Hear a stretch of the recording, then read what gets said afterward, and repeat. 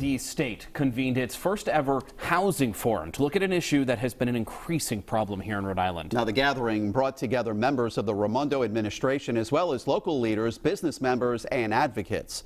Eyewitness News reporter Kim Kalunian spoke with the state's Commerce Secretary about why today's meeting is so crucial. She joins us now live in Providence. Kim? Well, Mike and Steve, Commerce Secretary Stephen Pryor says the lack of affordable housing is a problem that impacts people from all walks of life and from all corners of the state. Today here at the Convention Center, they're hoping to brainstorm a solution. And to add population. A meeting of the minds at the state's inaugural housing forum. Housing is emerging as a really significant issue for Rhode Island. Commerce Secretary Stephen Pryor says the lack of affordable housing across the state has been a growing issue, and they're hearing the concerns of Rhode Islanders loud and clear. It is definitely people in poverty who are struggling, who are having trouble accessing homes that they can afford.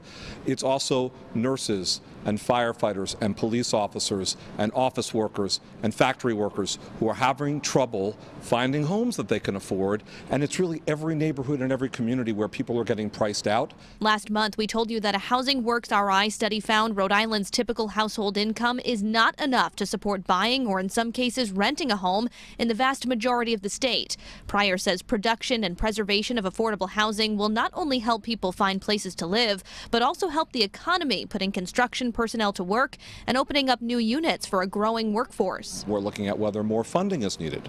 We're looking at whether we can bring coalitions together of groups and agencies to help on housing. We are looking also to whether there are barriers at the state or the municipal level that are regulatory, that don't enable projects to happen, and that we should break through. And Pryor says the goal of this forum today is to brainstorm some recommendations and then take a look at how funding and legislation can help realize those goals. Live in Providence tonight, I'm Kim Kalunian, Eyewitness News.